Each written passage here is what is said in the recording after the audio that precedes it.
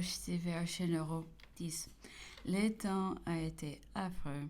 Il était impossible de sortir. L'empereur était contraint de promener dans la salle à manger. Il a fait allumer du feu dans le salon et s'est mis à jouer aux échecs avec le grand maréchal. Après dîner, il nous a lu l'histoire de Joseph dans la Bible et ensuite l'Andromaque de Racine. Plusieurs bâtiments étaient entrés la veille. Au soir, c'était la flotte de Bengale. Lady Loudon, femme de Lord Moira, gouverneur général de l'Inde, était au nombre des passagers. Aujourd'hui, dans le cours de la conversation, le nom de Hoche ayant été prononcé, quelqu'un a dit qu'il était bien jeune encore, mais qu'il donnait beaucoup d'espérance. C'est bien mieux que cela, a repris Napoléon. Dites qu'il les avait déjà beaucoup remplis. Ils s'étaient vus tous les deux, continuait-il, et ayant causé deux ou trois fois, Hoche avait pour lui de l'estime jusqu'à l'admiration. Napoléon a fait difficulté de dire qu'il avait sur Hoche l'avantage d'une profonde instruction et les principes d'une éducation distinguée. Du reste, il établissait cette grande différence entre eux. Hoche, disait-il, cherchait toujours à se faire une partie et n'obtenait que des créatures. Moi, je m'étais créé une immensité de partisans sans rechercher nullement la popularité. Des plus hauts étaient d'une ambition hostile et provocante. Il était homme à venir de Strasbourg avec 25 000 hommes saisir le gouvernement par force, tandis que moi, je n'avais jamais eu qu'une politique patiente, conduite toujours par l'esprit du temps et les circonstances du moment. L'empereur ajoutait que Hoche plus tard ou se serait rangé ou se serait fait écraser par lui. Et comme il aimait l'argent, les plaisirs, il ne doutait pas qu'il ne se fût rangé.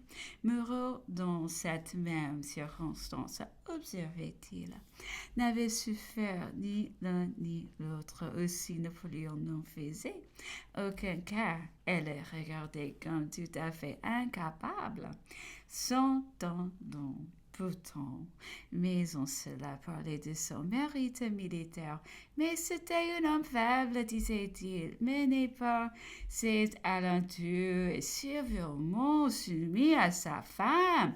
C'était un général de vieille monarchie. Hoche continuait. L'empereur périt subitement avec des circonstances singulières qui donneront lieu à beaucoup de conjectures. Et comme il existait une partie avec laquelle tous les crimes me revenaient de droit, l'on essaya de répondre que je l'avais fait empoisonner. Il fut un temps où rien de mauvais ne pouvait arriver que je n'en fusse auteur. Ainsi de Paris, je faisais assassiner Kléber en Égypte.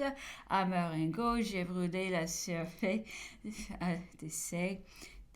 Je triangulais, les coupais, la gorge dans les prisons, j'ai prenais la pape aux cheveux et sans absurdité pareille. Toutefois, comme je n'y faisais pas la moindre attention, la mode en était passée et je ne vois pas que ceux qui m'ont succédé se soient empressés de la réveiller. Et pourtant, s'il existait un seul de ces crimes, ils ont à leur disposition les documents, les exécuteurs, les complices. Toutefois, tel est l'empire des bruits. Quelque absurde qu'ils soient, qu'il est à croire que tout cela a été cru de vulgaire et qu'une bonne partie le croit, peut-être encore. Heureusement qu'il n'en est pas ainsi de l'histoire. Elle résonne. Puis revenons. C'est une chose bien remarquable, a-t-il dit, que le nombre de grands généraux qui ont surgi tout à coup dans la Révolution, puis Cléber, Massena, morceaux de ses hoches. Et presque tous des simples soldats, mais aussi là semblons s'être épuisés les efforts de la nature. Elle n'a plus rien produit depuis, je veux dire, du moins d'une telle force. C'est que cette époque, toute fut donnée au concours parmi 30 millions d'hommes, et la nature dut prendre ses droits, tandis que plus tard on était rentré dans les bornes plus resserrées de l'ordre et de la société. On a été jusqu'à m'accuser de ne m'être entouré aux militaires et aux civils que des gens médiocres. Peut mieux me conserver la supériorité, mais aujourd'hui, qu'on ne refera sûrement pas les concours. À eux de mieux choisir. On verra qu'ils trouveront. Une autre chose non moins remarquable, continuait-il, c'est l'extrême jeunesse des plusieurs de ces généraux qui semblent les montrer sur tant de filles des mains de la nature.